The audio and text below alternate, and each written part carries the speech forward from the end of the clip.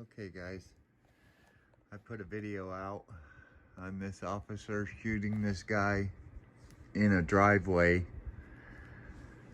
They released the video or the body cam footage.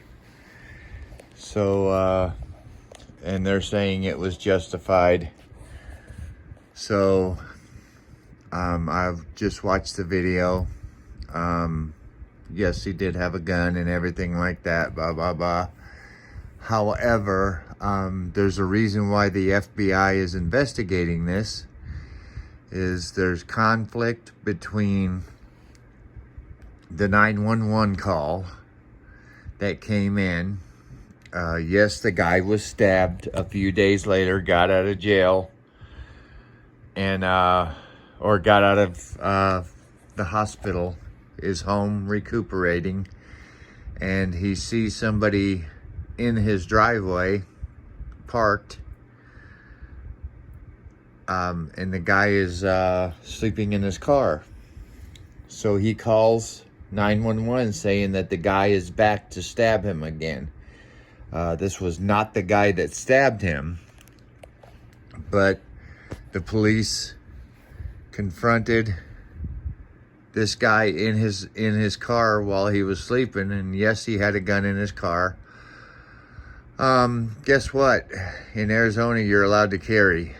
I don't know if this guy was allowed to carry. He might have been. I believe he was on probation and everything for something else. So yes, he shouldn't have had a gun at this time. But apparently he was telling the officer to shoot him and all that. There's like several different body cam footages, but this is the most important one, where he gets shot. And yes, he did have a gun.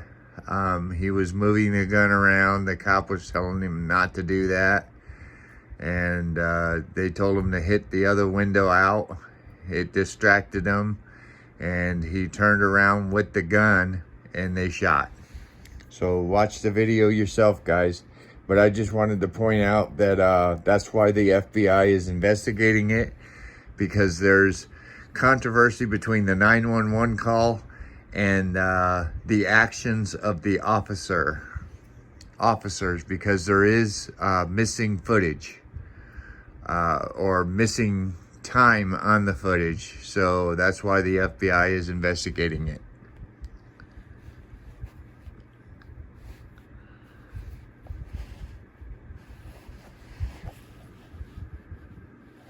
And we want to warn you, it's graphic. It is, Nicole. Police say it clearly shows their officers were threatened that day. Jason Berry shows us what led up to the shooting. This is another one of those shootings that prompted public outrage, questioning officers' actions. Phoenix PD is hoping that by releasing this new body cam footage, it will provide a clearer picture of what happened and better explain why officers used deadly force.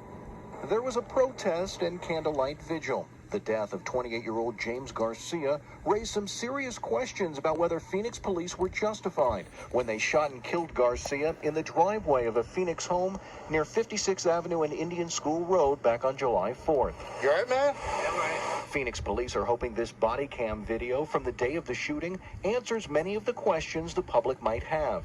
The video shows officers going to a house to investigate a possible stabbing.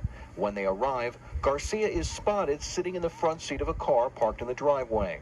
Officers ask Garcia several times to get out of the car. They said he's not in trouble, they just need to clear the area. But Garcia refuses and gives police a fake name and birthday. About 10 minutes later, a sergeant comes over and asks him to leave again. He refuses. Is there a reason you're not getting out of the car?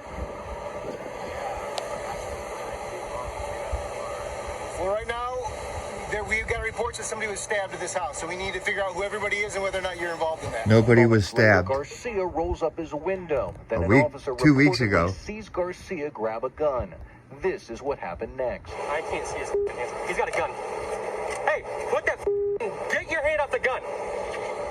Get your hand off the gun. Hey, do not move it. I will shoot you. He's not dropping the gun. Take the window. Take the window out.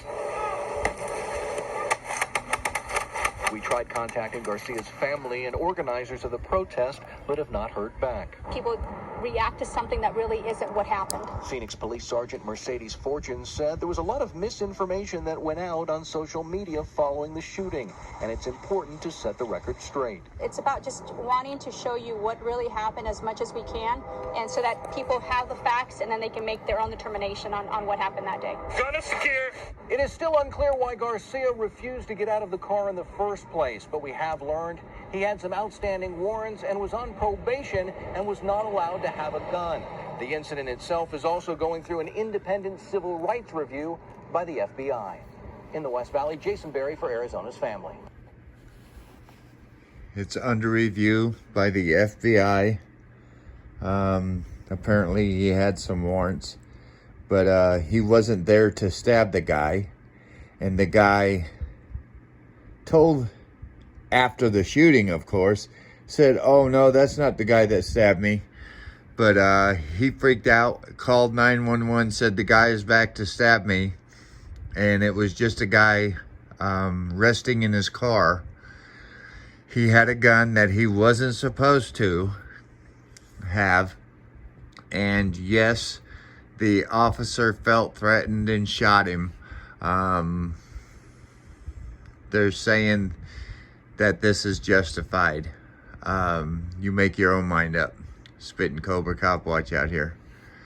Keeping it real. I'm out.